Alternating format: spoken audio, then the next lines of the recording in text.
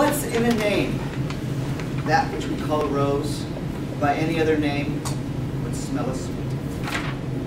William Shakespeare's Romeo and Juliet, Act 2, Scene 2. As Juliet proclaims to Romeo that it matters not really what his name is, it is he himself that matters to her. Or if you're not familiar with the play, his last name is the arch rival of her family.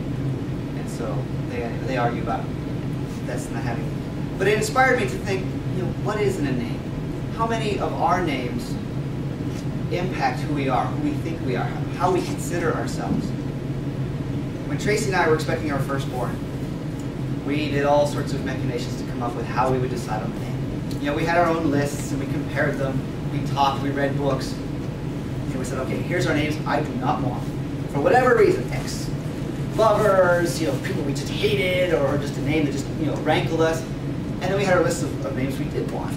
And then we did a lot of research in terms of what worked, pitfalls and other things that other authors had come to realize worked for them in terms of how you pick a name, how you pick subsequent names, what have you. Well, we had our short list, and Diego was on our short list. We didn't know if we were going to have a boy or girl. We had a list for boy, a list for girl, and Diego was one of, I think, 3 names that we're down to for the boy. And a buddy of mine calls me up. Hey, just want to let you know, we had, our son was born. This was in February. We were expecting ours in August. Congratulations, Norman. What's his name? Diego Antonio Sanchez. I'm like, that's fantastic, man. That name was on our list. He's like, what do you mean was? I'm like, well, now that you've used it, it's like, dude, we're in the Bay Area. Don't take the name off your list. That's all more kids you and me. I'm like, all right, so it didn't come off the list. Then when Diego was born, later that year, we had decided if it was a boy, we would name him Diego. We liked the name. And made certain qualifications, certain criteria for us.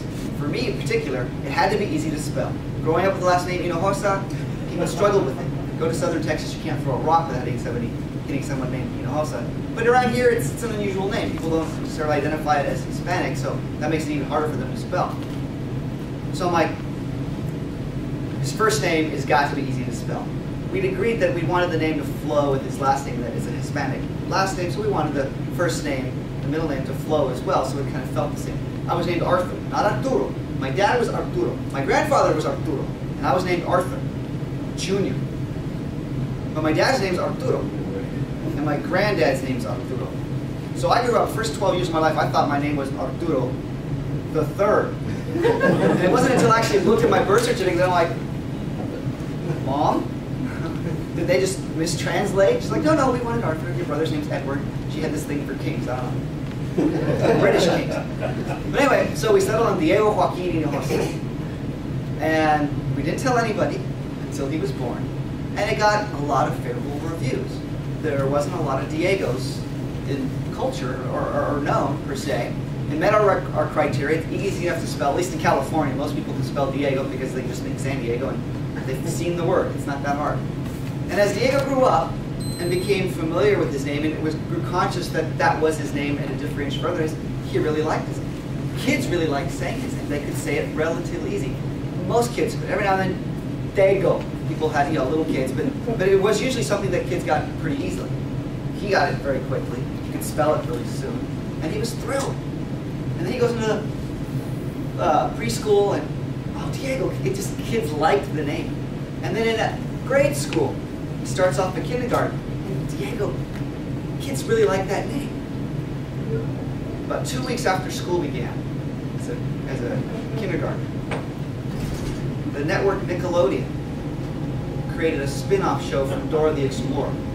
They created a cousin of hers named Diego. And they named that show Go Diego Go.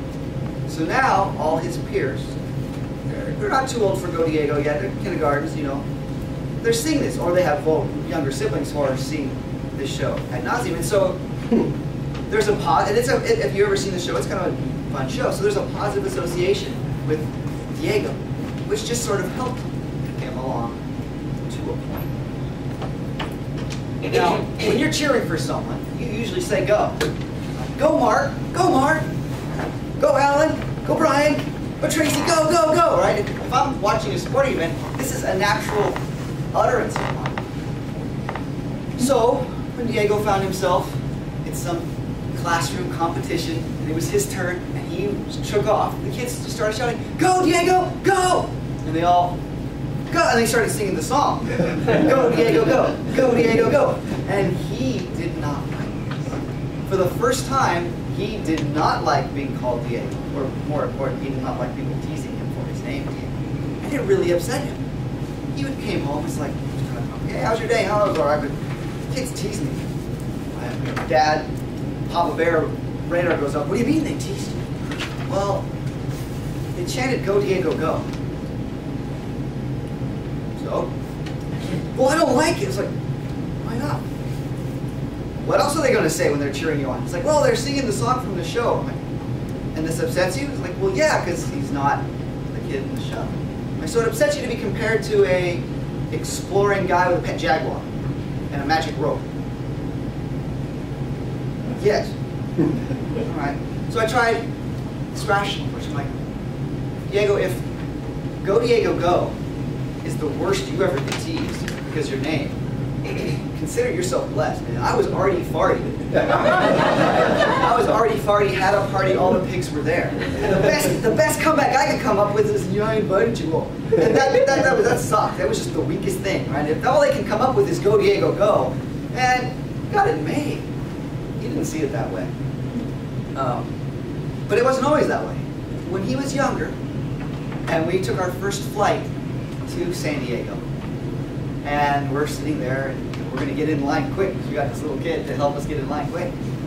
They announced the flight, and we will be, "Good evening, Southwest customers. This is so and so, and we'll be boarding flight 442 to San Diego in 5 minutes." And he's all, "She said my name." He was thrilled. He was just like, "Oh wow, they said my name." It's like, "Yeah, it's the city." But he didn't care. They said his name. He'd see it on the banner rolling by, San Diego. He loved it. But now there's this tape because these kids were seeing it. And it bothered him. Once a year, maybe something like this would come up. And it actually happened again earlier this year. He's in 7th grade now. And he was running, and somebody said, "Go, Diego, go." And I tell him, I don't think that's angry. I don't think that's being mean. They're just being dumb, not mean. But he took it high offense to it. I'm like, "Diego, if they're 7th graders and they're still watching the show, you can work with that. You could just say back to them, I don't watch that show anymore." And maybe they'll stop, giving him tools here to deal with his name. We'll see how it goes. My dad started doing some genealogy research. He's gone back 15, 16 generations to Columbus, actually, if you follow one particular brand. And along that way, he's finding Diegos all over the place, including like Diego's grandson, or Columbus's grandson, I think was named Diego, or Columbus's son was named Diego, and his grandson was named Christopher again, and that Christopher Columbus resaved the name with the crown and everything. So my dad is just finding these all together and highlights Diego. Hey, it's not just today. This has been a name in the family for ages, and they've done wonderful things. So my hope is that as the show, which is no longer being created, although I'm sure it will run in syndication for years on it, and the kids mature, they'll be less wanting to even associate themselves with that show. And his own maturity, my hope is that our son Diego will again take pride in his name and not squeam from anyone saying, "Go Diego, go," because as parents we want Diego to go forward, be confident, and be a productive member of society. So if you get to see the show, by all means, tune in. Think about my son. Think to yourself, positive role model. Go Diego, go.